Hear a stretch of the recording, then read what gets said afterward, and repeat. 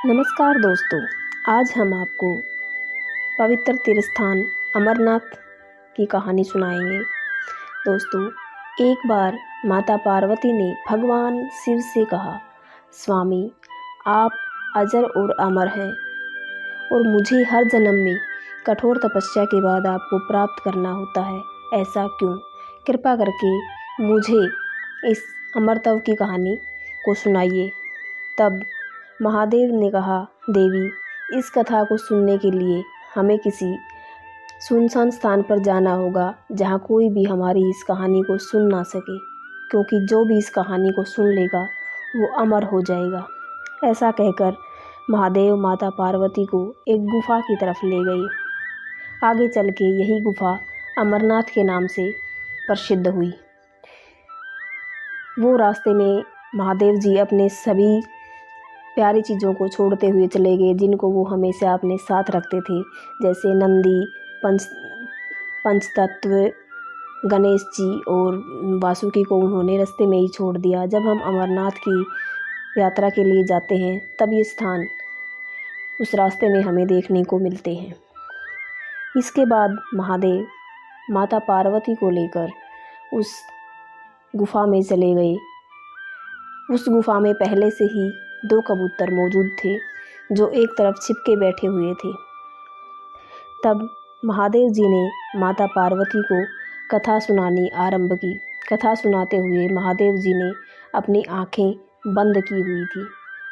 कथा सुनते सुनते माता पार्वती को बीच में नींद आ गई और माता पार्वती सो गई। लेकिन वो 2 कबूतर उस पूरी कथा को सुन रहे थे और हूँ हूँ कर रहे थे।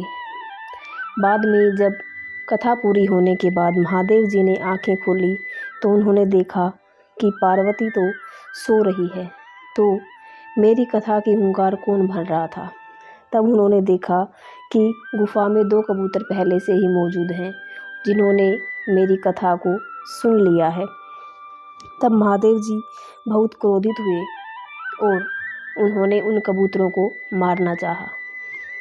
तब वो कबूतर महादेव जी के आगे प्रार्थना करने लगे कि आप ही प्राणों को देने वाले हैं और आप ही प्राणों को लेने वाले हैं। आप कुछ भी कर सकते हैं, लेकिन अगर आप हमें मार दोगे तो आपकी ये बात झूठ सिद्ध हो जाएगी कि अमरनाथ की कथा सुनने वाला अमर हो जाता है। ये सुनकर महादेव जी ने उनको प्राण दान दे दिया और उनकी हत्या नहीं की। आगे चलकर यही स्थान अमरनाथ तीर्थ स्थान के नाम से बहुत प्रसिद्ध हुआ।